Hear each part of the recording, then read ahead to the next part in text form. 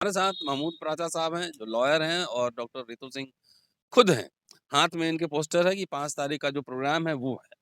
आप दिल्ली एनसीआर कहीं भी हों या कहीं भी हों, अगर आपकी इच्छा है कि आप इसमें भागीदार बने तो कल 11 बजे 4 number gate Delhi university arts faculty पे ज़रूर पहुँचिए और इस न्याय के लिए संघर्ष में, ये सिर्फ नौकरी का मामला नहीं है।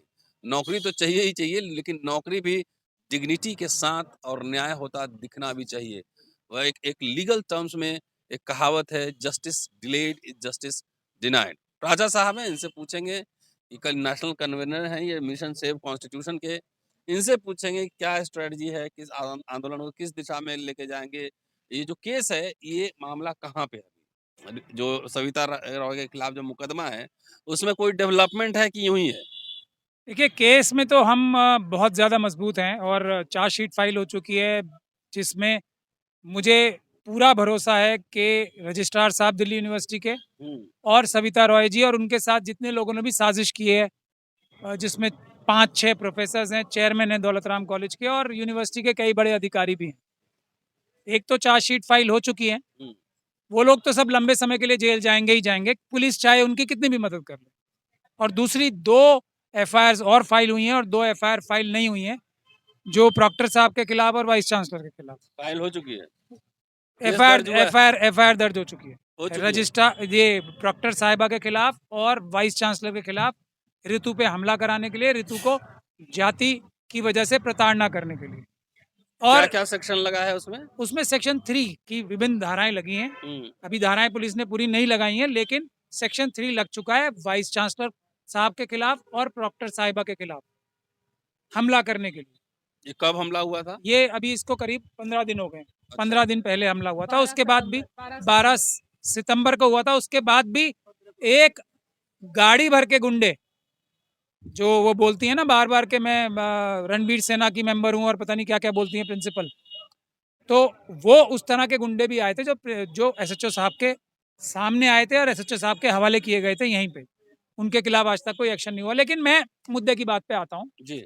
कल का जो हमारा बड़ा तो नहीं, एक छोटा सा प्रदर्शन हम कर रहे हैं, पीसफुल प्रोटेस्ट कर रहे हैं, ये अंबेडकरवाद बनाम मनुवाद की लड़ाई है। ये डॉक्टर रितु की लड़ाई नहीं है। हम लोग पहले दिन से बोल रहे हैं, डॉक्टर रितु सिर्फ एक सिंबल है, प्रतीक सिंबल, है। एक प्रतीक है। किस चीज का? डॉक्टर रितु प्रतीक है जाति की वजह से प्रताड़ना ना का। उसके खिलाफ ये जंग है, ये आंदोलन है, ये संघर्ष है मनुवाद वर्सेस अंबेडकरवाद का। डॉक्टर रितु प्रतीक हैं एनएफएस का।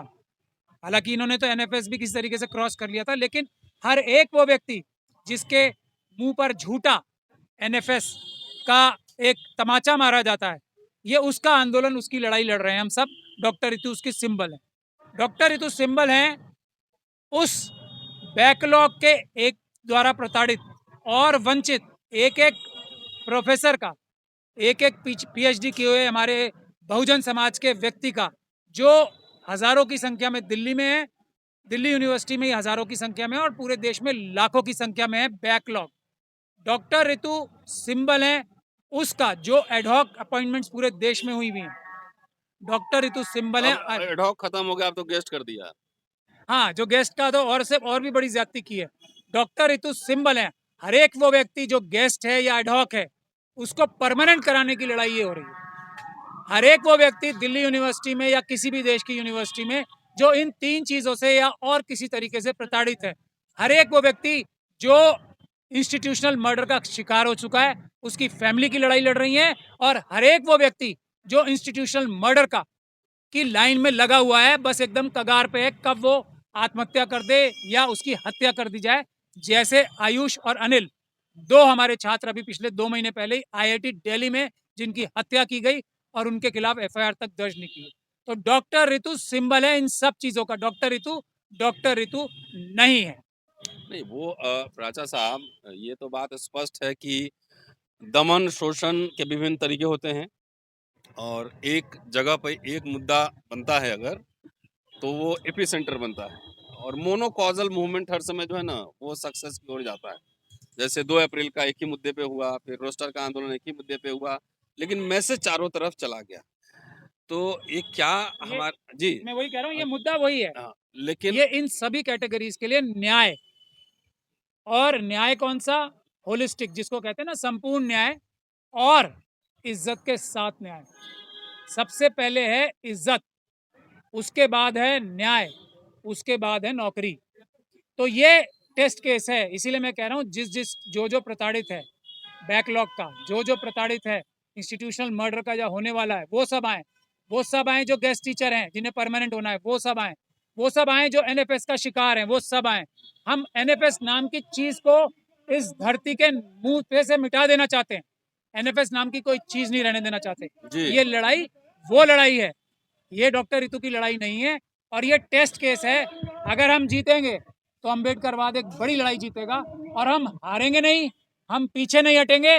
दुनिया इधर की उधर हो जाए, हम लोग की चाहे ये हत्या करा दें आरएसएस और मनुवादी लोग, या हमें जेलों में ठूस दें, या हमारे पर लाठी चार्ज चले या गोली चलाएं, हम लोग इन मांगों को पूरे कराए बगैर नहीं हटेंगे पीछे। वाइस चांसलर, जो दिल्ली यूनिवर्सिटी के वाइस चांसलर हैं, उनके अरेस्ट की तो एक बहुत छोटी सी मांग, जो रजिस्ट्रार साहब हैं उनके अरेस्ट की तो बहुत छोटी सी मांग है, प्रॉक्टर साहब के अरेस्ट की तो बहुत छोटी सी मांग है, डॉक्टर सविता रॉय और दूसरे लोगों की अरेस्ट तो बहुत छोटी सी मांग। ये तो कोई मांग ही नहीं है, ये सिंबल है, ये लड़ाई है, ये जंग है, उसका आगाज है। कौन जीतेगा यही देखना बाकी है। कितने बजे सर? कल 11 बजे इसी गेट नंबर 4 दिल्ली यूनिवर्सिटी के आर्ट्स फैकल्टी के, कल 11 बजे यानी के 5 अक्टूबर, दिल्ली यूनिवर्सिटी के गेट नंबर 4 से आर्ट्स फैकल्टी, जी नियरेस्ट मेट्रो स्टेशन है विश्वविद्यालय का। आप सभी से गुजारिश है आए। और ये दूसरी बात मैं और एक बता देना चाहता हूँ, ये पूरी तरीके से पीसफुल प्रोटेस्ट है। हमारे लोग बिल्कुल पीसफुल रहेंगे, किसी भी हालत में किसी भी कीमत पे कानून को अपने हाथ में नहीं लेते। जो आरएसएस के और मनुवादी गुंडे भेजे जाएंगे कल, जो किसी भी प्रकार का इतना सा भी हिंसा की तरफ करते हैं या इनडिसिप्लिन करते हैं, वो सब प्लांटेड लोग हैं, हमारे दुश्मन हैं। मैं साफ साफ तौर पे बता रहा हूं, जो इतना सा भी इनडिसिप्लिन करेगा वो हमारी जीती हुई लड़ाई को हराने के लिए काम करेगा। जो इतना सा भी वायलेंस की तरफ सोचेगा भी तो वो आरएसएस का एजेंट होगा और हमारा सबसे बड़ा दुश्मन होगा। हाँ रितु, कल क्या प्रोग्राम है ये बताइए। सर न्याय मार्च का प्रोग्राम है, हम्म, जैसे प्राचा साहब ने भी बताया, जो कि नेशनल कन्वीनर है मिशन सेव कॉन्स्टिट्यूशन के। हम्म, तो उन्होंने ये चीज बताई कि कल यहाँ से हमें पीसफुल मार्च निकालना है।